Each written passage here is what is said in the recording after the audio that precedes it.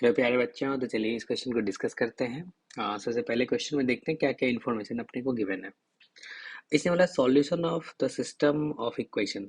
ठीक है ना, यहाँ पे अपने को दो इक्वेशन गिवन है और साथ में थर्ड इन्फॉर्मेशन जो दे रखा है, ये बोला जो ये जो लॉग में है ये आपका किस में है, जीपी में है।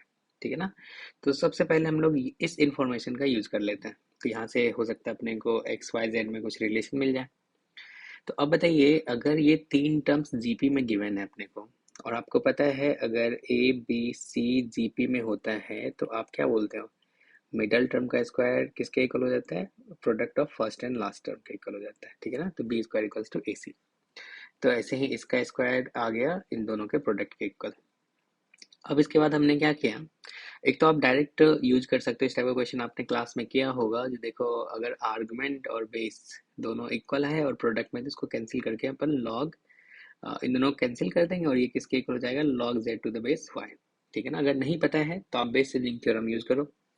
तो बेस चेंजिंग थ्योरम में आपको पता है यहाँ पे जो भाई बेस चेंजिंग थ्योरम क्या था, जो log a to the base b है तो हम यहाँ पे एक डिफाइंड बेस रख सकते हैं। तत्काल के लिए मैंने यहाँ पे e रख लिया।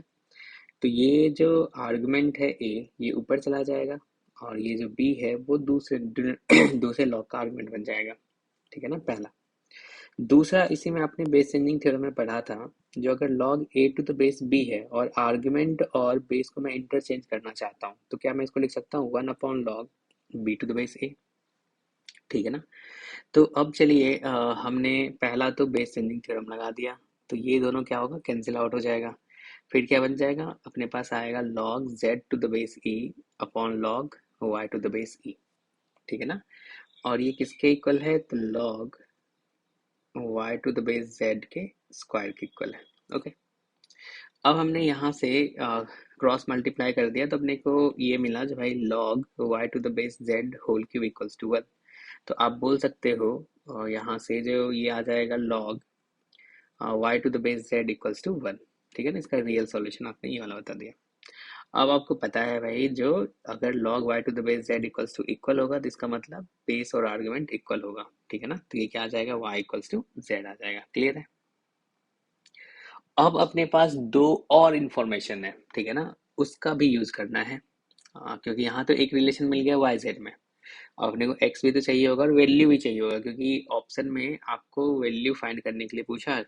ठीक है ना, जो एक्स वाई जेड किसके इक्वल होगा। ओके, तो इस वाले इक्वेशन में हमने y और z इक्वल दे रखा है तो हमने z को y के इक्वल रख दिया। तो यहाँ से अपने पास आ गया x to power 4 equals to y to the power 4। अब पता है भाई इसका दो सॉल्यूशन आना है, एक तो हो सकता है x इक्वल्स टू y हो और क्या पॉसिबल है, x equals to minus y। अब हम दो केस कंसिडर करेंगे और उसमें से देखेंगे जो किसको एक्सेप्ट करना है और किसको रिजेक्ट करना है। ठीक है ना, तो यहाँ से एलिमिनेट हो जाएगा। इस वाले पार्ट में देखिए, जब हम लोग x इक्वल्स टू वाई रखें और पहले इंफॉर्मेशन क्या पता है, x equals to y equals to z, तो यानी कि ये सब आपस में इक्वल होगा। तो इसमें x है, इसके प्लेस पे भी x रख दिया, इसके प्लेस पे भी x रख दिया, तो क्या आ गया, एक्स क्यूब इक्वल्स टू 8। तो इसका रियल सॉल्यूशन क्या आएगा, x इक्वल्स टू 2 आएगा। ओके, तो जब x 2 होगा तो आपको पता है x equals to 2, y equals to 2, z equals to 2 हो जाएगा। दूसरा जो हमने हमें यहाँ पे मिला x equals to minus y, तो यहाँ पे रख दिया x equals to minus y. अब पता है भाई, अगर x माइनस वाई के इक्वल है और आपको पता है y जो है अपना किसके इक्वल है, z के इक्वल है, तो क्या इस वाले से अपने को ऐसा मिलेगा जो minus x cube equals to 8। तो x का वैल्यू कितना आ जाएगा, -2, जो कि पॉसिबल नहीं। क्यों पॉसिबल नहीं है, क्योंकि आपको जो लॉग दे रखा है इसमें सोचो, आर्गुमेंट पॉसिबल है जी, नेगेटिव हो सकता है नहीं। ठीक है ना, क्या बेस पॉसिबल है, नेगेटिव हो सकता है नहीं। तो इसलिए हम लोग इसको रिजेक्ट कर दिए। ठीक है ना, डोमेन के बेसिस पे। तो अब अपने पास जो फाइनली जो वैल्यू मिला है वो क्या मिल गया, x equals to y equals to z equals to 2। तो इस क्वेश्चन का जो करेक्ट आंसर होगा वो कौन सा होगा, तो वो फर्स्ट करेक्ट है।